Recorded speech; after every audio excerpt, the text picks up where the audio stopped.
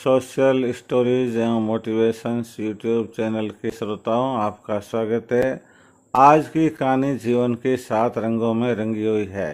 आपने यदि अब तक इस चैनल को सब्सक्राइब नहीं किया है तो कर लीजिए। कहानी को पूरी सुनिएगा, बीच में नहीं छोड़िएगा, क्योंकि कहानियों का सारांश हमेशा अंत में ही आता है। सारांश ही कहानियों की जान होती है। आइए सुनते हैं कहानी बहुत ही प्यारी और मधुर आवाज में। और ये लो कहानी आपके स्क्रीन पर। एक सेठ अपने साथ नाई को लेकर दिसावर चला। नाई ने सेठ से यह शर्त तय कर ली कि जिस गांव में भी हम जाएंगे, उस गांव में यदि कोई नई बात दिखूंगा तो उसका मतलब तुम्हें बतलाना पड़ेगा। दोनों अगले गांव में पहुंचे तो सेठ तो सराय में रुक गया और नाई बाजार चला गया।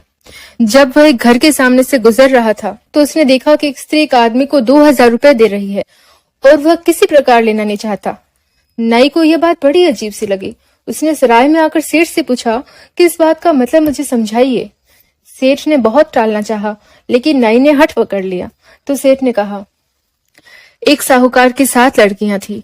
बाप के पूछने पर 6 ने तो कह दिया कि हम आपके भाग्य का ही खा रही हैं, लेकिन 7वीं ने कहा कि मैं तो अपने भाग्य का खाती हूँ। उसके उत्तर से साहूकार बहुत रुष्ट हुआ और उसने नाई और ब्राह्मण को बुलाकर कहा कि उस लड़की की सगाई किसी ऐसे घर में करवाओ जो पहले तो बहुत संपन्न रहा हो, लेकिन अब उस घर के लोग दाने दाने को मोहताज हों। तलाश करने पर ऐसा घर भी मिल गया। एक माँ अपने 2 बेटों के साथ एक गंदी सी कोठरी में रहती थी।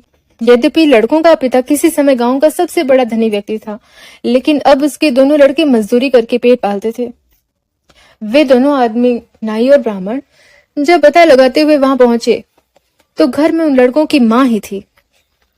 जब उन्होंने अपना मंतव्य बुढ़िया से कहा तो उसे हर्ष भी हुआ और आश्चर्य भी। उन दोनों ने बुढ़िया को एक सोने का टका और नारियल दे दिया और कह दिया कि अमुक दिन अपने बड़े लड़के को शादी के लिए भेज देना। जब दोनों लड़के घर आए तो उन्हें भी यह बात सुनकर बहुत आनंद हुआ। शादी का दिन नजदीक आ गया, लेकिन उनकी बिरादरी में से कोई भी उनके साथ जाने को तैयार न हुआ।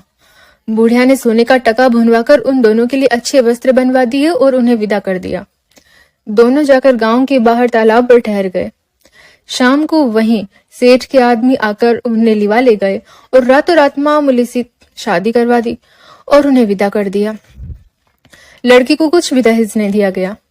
उल्टे उसके बाप ने कहा कि जब तू पैदा हुई थी तब तेरे जन्मोत्सव पर मेरे 2000 रुपए खर्च हो गए थे।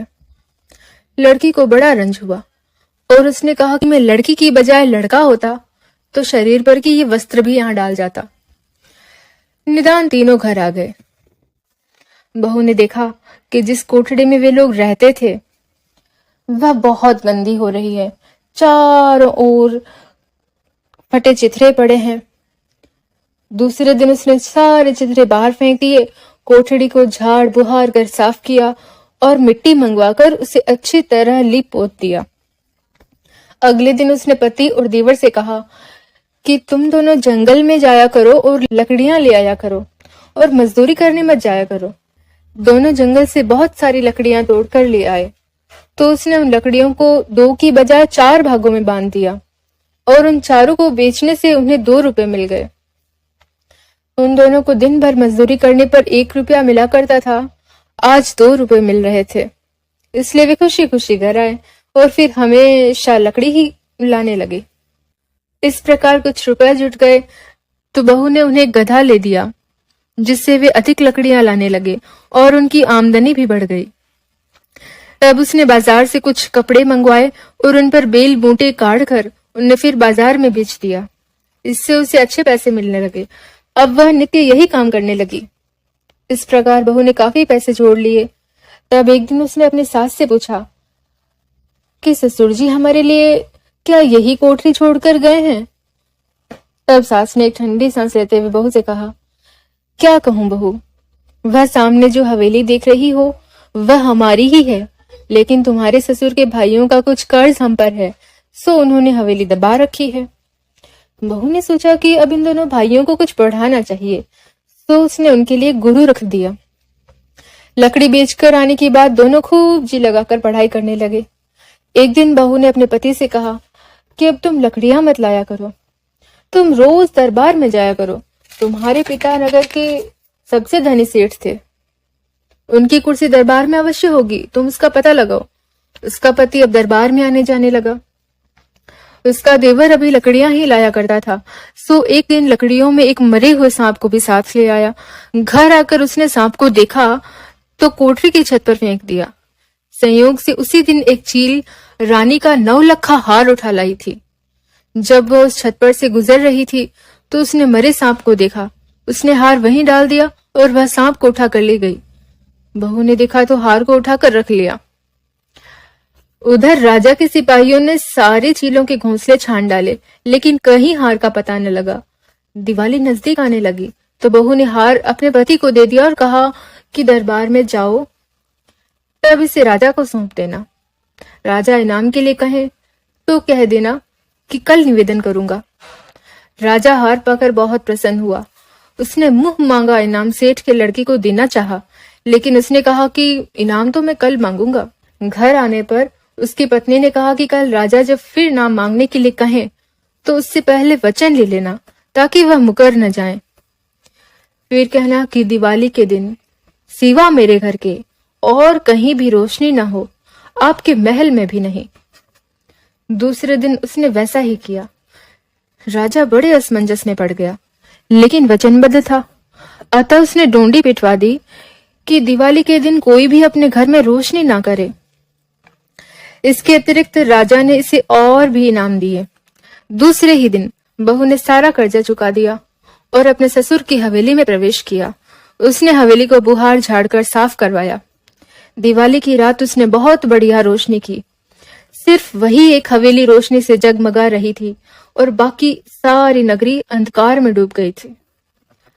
आधी रात को लक्ष्मी ने आकर दरवाजा खटखटाया तो बहू ने कहा कि तू कौन है? लक्ष्मी ने उत्तर दिया कि मैं लक्ष्मी हूँ। बहू ने कहा कि तू तो हमें छोड़कर चली गई थी, अब फिर क्यों आई है?